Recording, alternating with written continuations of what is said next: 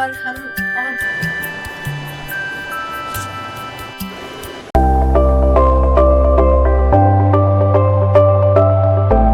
Hello friends, तो आज मैं आपको बताऊंगी कि हम मनी सेविंग किस तरह से कर सकते हैं, पैसों की बचत किस तरह से कर सकते हैं। और ये हम गृहिणियों के हाथ में ही है कि हम पैसों की बचत करें और ज़्यादा से ज़्यादा करें। तो आज मैं आपको कुछ टिप्स और ट्रिक्स बताऊंगी जिससे कि आप पैसों की बहुत सारी बचत कर सकते हैं। और जो आपके पैसे बचते हैं ना, वो आप थोड़े से इन्वेस्ट कीजिए, क्योंकि सिर्फ अगर आप पैसे बचाएंगे तो वो बचे हुए पैसे अगर आपके पास रखे रहेंगे तो वो बढ़ेंगे नहीं, कोई उसका फ़ायदा ही नहीं है बचाने का। तो आप जितने भी पैसे बचे हों तो उनको थोड़ा सा, जैसे आपने साल भर में जितने पैसे बचे हैं उनको इन्वेस्ट कीजिए। और इन्वेस्ट हमेशा सेफ जगह पे कीजिए। तो सबसे पहले तो आप क्या कीजिए ना, कि हम औरतों की आदत होती है कि हम बहुत सारी आर्टिफिशियल ज्वेलरीज पे बहुत सारा खर्चा कर लेते हैं। आज बैंगल्स लिए, आज मतलब जो मेन चीज़ होती है वो तो लेनी ही होती है। जैसे बिंदी हुई, कोई भी सुहाग की चीज़ें हैं वो आपको लेनी है। पर हाँ, जैसे आपने बैंगल्स बहुत सारे अलग अलग ड्रेसेस पे अलग अलग ले लिए। चलो, आप बाहर की ड्रेसेस पहनते हो, बाहर की साड़ियाँ पहनते हो, उन पे लीजिए मैचिंग तो चलेगा। पर आप घर पे भी काफ़ी सारा वेस्ट करते हैं। घर पे भी बहुत सारे पहनने के लिए क्लचर्स ले लेंगे अलग अलग। हम महिलाओं की आदत होती है कि हम आर्टिफिशियल ज्वेलरी पर ज़्यादा खर्च करते हैं। तो आप एक काम कीजिए कि आर्टिफिशियल ज्वेलरी पे थोड़ा सा कम खर्चा करके उतना ही आप पैसा बचा दीजिए। हाँ, हस्बैंड से आप लीजिए, वो पैसे आप हस्बैंड से लीजिए कि हमको आर्टिफिशियल ज्वेलरी पे पैसे खर्च करने। जैसा कि मान लीजिए कि आपने अपने हस्बैंड से लिए हैं आर्टिफिशियल ज्वेलरी के लिए 100 रुपये या 200 रुपये। आजकल तो आर्टिफिशियल ज्वेलरी भी काफ़ी कॉस्टली आती है, तो 500 रुपये तो हम लेते ही हैं आर्टिफिशियल ज्वेलरी के लिए। तो बस उतने आपने ले रहे हैं ना, तो उसमें से आप आधा या आधे से भी हो सके तो आप कम खर्च कीजिए उन पे, और बाकी का आप सेव करके रखिए। और उसी छोटी छोटी बचत को आप इकट्ठा करके फिर उसे आप इन्वेस्ट कीजिए। और सेकंड चीज़ है कि आप अपने बच्चों के गुल्लक बनाइए। जो मिट्टी के गुल्लक होते हैं ना, जो पहले ज़माने में होते थे, बस वही बनाइए। इससे क्या होगा ना, कि बच्चों को भी खर्चा करने की हैबिट नहीं पड़ेगी। और बच्चे क्या करेंगे ना, कम खर्चा करेंगे और बच्चों को उस गुल्लक को थोड़ा सा अच्छे से डेकोरेट करके दीजिए। अगर आपकी जॉइंट फैमिली है, जैसे कि दादा दादी साथ में हों, तो क्या कीजिए ना कि बच्चे उनसे अगर पॉकेट मनी लेते हैं या उनके पापा से पॉकेट मनी लेते हैं, तो बच्चों को भी आप एक गुल्लक बनवा दीजिए। गुल्लक मतलब बोल रही हूँ वो पुरानी जो मिट्टी वाली गुल्लक होती है ना, बस वही। उसमें क्या होगा ना कि बच्चों को हैबिट पड़ेगी डालने की। और अक्सर बच्चे क्या करते हैं ना, कि जो भी पैसे रखते हैं ना, जमा करते हैं, तो बच्चों की आदत होती है कि उसको खर्च कर देते हैं। तो बच्चों को हमेशा जो मिट्टी वाली गुल्लक आती है, मिट्टी वाली पिगी बैंक आती है, बस वही बनवाइए, ताकि बच्चे निकाल भी नहीं सके। और वो इकट्ठा करके जब उसको पूरा फोड़ेंगे ना, मतलब गुल्लक आप उसमें से तोड़ के और पैसे बच्चे निकालेंगे ना, तो जब बहुत सारे बच्चे इकट्ठे करेंगे ना पैसे, तो उनको भी बहुत खुशी होगी कि हमारे पास इतने सारे पैसे हुए। देखिए, जैसे कि मैंने अपनी दोनों बेटियों के इस तरह से मिट्टी के गुल्लक बना के रखे हैं। पहले उनके पास भी जो आजकल की पिगी बैंक आते हैं ना, जो हम लॉक खोल के और फिर उसे यूज़ करते हैं, तो वो थे उनके पास। और फिर वो निकाल कर उसमें से छोटे छोटे खर्चे करती ही रहती थी।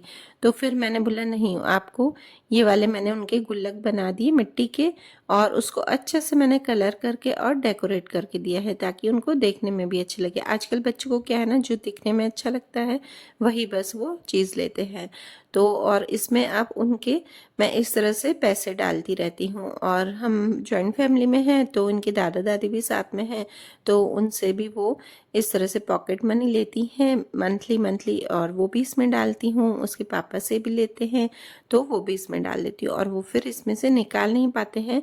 और इससे पहले भी मैं उनके इस तरह से गुल्लक बना चुकी हूँ, और वो जब उन्होंने फोड़े ना, तो उनके पास इतने सारे पैसे हो गए, और उसके हमने सेव कर दिए हैं। और कई बार क्या होता है ना, कि हमारे रिलेटिव्स होते हैं, वो भी आते हैं, वो भी बच्चों को पैसे दे के जाते हैं, या फिर उनको बहुत सारे फेस्टिवल्स पर भी मिलते हैं। तो बस वो इसमें डाल देंगे ना बच्चे, तो काफ़ी सारे उनके पैसे सेव हो जाएंगे हैं। और उससे फिर आप उनको कोई अच्छी चीज़ लेके दीजिए। अब अच्छी चीज़ में आप बोलेंगे क्या, तो आप उसको इन्वेस्ट कीजिए, या फिर उसको फंड में इन्वेस्ट कीजिए, या फिर आप बच्चों को गोल्ड सिल्वर जो भी लेना चाहते हैं वो लेके दीजिए। ताकि क्या है कि बच्चों को कोई चीज़ मिलेगी तो उनको खुशी भी होगी कि हमारे पास कोई चीज़ आई है अच्छी, और वो इन्वेस्ट करना भी इस तरह से सीखेंगे और पैसे बचाना भी सीखेंगे। और वैसे तो क्या होता है ना कि बच्चों को हम देते हैं, अगर हम पॉकेट मनी बच्चों को देते हैं ना, तो वो क्या करते हैं कि थोड़ी थोड़ी छोटी छोटी चीज़ों में खर्चा कर लेते हैं। बच्चों की अक्सर हैबिट होती है, तो बस उनको एक मिट्टी का जो गुल्लक होता है वो ज़रूर से दीजिए। हाँ, और ऐसा होता है ना कि फैमिली फंक्शंस होते रहते हैं, तो उसके लिए हमें पैसे मिलते हैं। जैसे आपको पैसे मिले हैं 5,000 या 2,000, जिसका जितना सामर्थ्य हो, तो उसमें से आप जितना खर्च करना चाहते हैं, जैसे ड्रेसेस पे, ज्वेलरी पे, अक्सर हम फैमिली फंक्शन में 5,000 की, 6,000 की बहुत सारी कॉस्टली ड्रेसेस आती हैं, वो खर्च करते हैं। तो उससे आप थोड़े से कम लीजिए। जैसे आपको अगर टारगेट है कि मुझे 5,000 की ड्रेस लेनी है, तो आप 5,000 की ना खर्च लेके और आप 3,000 की लीजिए, 4,000 की लीजिए, मतलब उसमें से भी आप सेविंग कीजिए। तो ये छोटी छोटी सेविंग ही काफ़ी सारी सेविंग हो जाती है, और फिर आप उसमें से एक बड़ी चीज़ लीजिए। बड़ी चीज़ का मतलब है मेरा गोल्ड लीजिए, सिल्वर लीजिए। आजकल तो गोल्ड भी बहुत कॉस्टली हो गए, तो आप छोटी सी कोई गोल्ड की चीज़ ले लीजिए, जैसे रिंग ले लीजिए, इयर रिंग्स ले लीजिए, या सिल्वर की कोई लीजिए चीज़, तो वो भी एक आपका इन्वेस्ट होगा।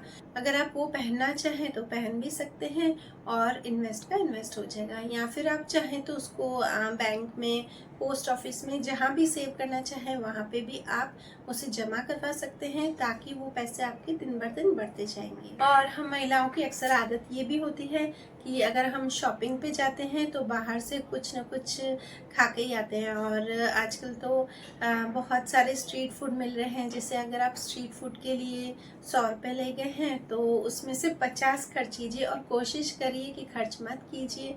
अगर आपको भूख लगे तो आप घर से ही कुछ स्नैक्स ले जाइए। बाहर जितना हो सके कम स्नैक्स पर खर्चा कीजिए, तो इससे भी आपकी छोटी छोटी बचत हो सकती है। और भी हम क्या बचत कर सकते हैं, तो मैं आपको बताती हूँ कि हमें एक छोटी सी डायरी ज़रूर बना लेनी चाहिए कि हम मंथ में कितना खर्चा कर रहे हैं, और उसमें से हमें सेव ज़रूर करना है। और वो किस तरह से करना है, तो चलिए मैं बताती हूँ आपको। तो देखिए, सबसे पहले तो आपको इस तरह से एक डायरी बना लेनी है, और डायरी में आपको सबसे पहले क्या करना है ना, इस तरह से सारे महीनों के नाम लिख लेने हैं। अगर आप क्या करें ना कि एक महीना का नाम लिख के, मतलब जैसे जनवरी लिख दिया, उसके बाद आपने बस उसी का ही खर्चा और उसी के ही आपके सेविंग की और फिर छोड़ दिया, तो फिर नेक्स्ट मंथ फिर आप भूल जाएंगे, ये आपके दिमाग में नहीं रहेगा कि हमने इसकी सेविंग करनी है। तो इससे अच्छा पहले सारे महीनों के नाम लिख दीजिए। और नाम लिखने से क्या होगा ना कि सारे फिर जो ब्लॉक्स होंगे वो खाली रहेंगे ना, तो आपके फिर दिमाग में बैठेगा कि हमने इसमें खर्चा कितना करना है और कितनी हमें सेविंग करनी है। जैसे हम बच्चों को बोलते हैं ना कि हर चीज़ हम उनको विजुअलाइज करेंगे तो उनको जल्दी याद रहेगा, तो बस हम इंसान की यही फितरत है कि हम जो देखते हैं ना उससे हमें जल्दी याद रहता है। तो बस मैंने यहाँ पर सारे महीनों के नाम लिख दिए हैं, जनवरी से लेके दिसंबर तक। तो ये सिर्फ मैं आपको एग्जाम्पल बता रही हूँ कि जैसे कि आपको जनवरी में ग्रॉसरी के, मतलब घर के खर्चे के मिल रहे हैं 5,000 रुपये, तो 5,000 में से आपको 200 रुपये की इसमें सेविंग करनी है। आप जितनी चाहे कर सकते हैं, पर कम से कम आप कोशिश कीजिए कि 200 की सेविंग जरूर होनी चाहिए। फिर आपको जैसे मिले फरवरी में 5,000 रुपये, तो 5,000 रुपये में से फिर आपको 200 से थोड़ा सा बढ़ा के करना है। कोशिश कीजिए कि आप 400 की सेविंग कर सकें। हम गृहिणियों के हाथ में कुछ भी हो सकता है, हम सेविंग कर सकते हैं काफ़ी चीज़ से बचा के। तो फिर आपको जैसे कि मिले हैं मार्च में फिर 5,000 रुपये ग्रॉसरी के, तो उसमें आप फिर 200 रुपये और एक्स्ट्रा बचाइए, मतलब कि टोटल आपने बचाए, सेविंग की आपने 600 रुपये की। इस तरह से जनवरी, फरवरी और मार्च, ये तीनों में आपने 200 200 200 एक्स्ट्रा सेविंग की है। और फिर देखिए अब मिले हैं अप्रैल में फिर से हमको 5,000 रुपये। तो हम एक साथ, हमको हैबिट नहीं होती है ज़्यादा सेव करने की, तो आप क्या कीजिए ना, फिर अप्रैल में उसी 600 रुपये को रिपीट कीजिए। और फिर धीरे धीरे आप इस बात की हैबिचुअल हो जाएंगे ना कि हमको सेविंग करनी है 200 रुपये बढ़ा बढ़ा के। तो आप क्या कीजिए ना, फिर से मई में कोशिश कीजिए कि 200 रुपये और ज़्यादा सेव कर सके। मतलब कि जैसे आपने अप्रैल में 600 किया है तो मई में आप कीजिए 800 रुपये की सेविंग। फिर जैसे आपको जून में फिर से सेविंग करनी है तो फिर आप कोशिश कीजिए कि और 200 आप बढ़ा दें, मतलब फिर आप 1000 रुपये की सेविंग कर लें। आप कोशिश कीजिए, नहीं हो सके तो आप 100-200 रुपये कम कीजिए। पर जैसे ही हम हैबिचुअल हो जाएंगे ना, इस बात के आदी हो जाएंगे ना कि हमें 200-200 रुपये बढ़ा के सेविंग करनी है, तो हम कर सकते हैं। फिर देखिए, अब जैसे कि अगस्त और सितंबर में आप वही 1000 रुपये की सेविंग कीजिए, क्योंकि 5000 रुपये में से 1000 रुपये की सेविंग काफ़ी होती है। इससे ज़्यादा हो पाएगी पर बहुत ही मुश्किल से हो पाएगी।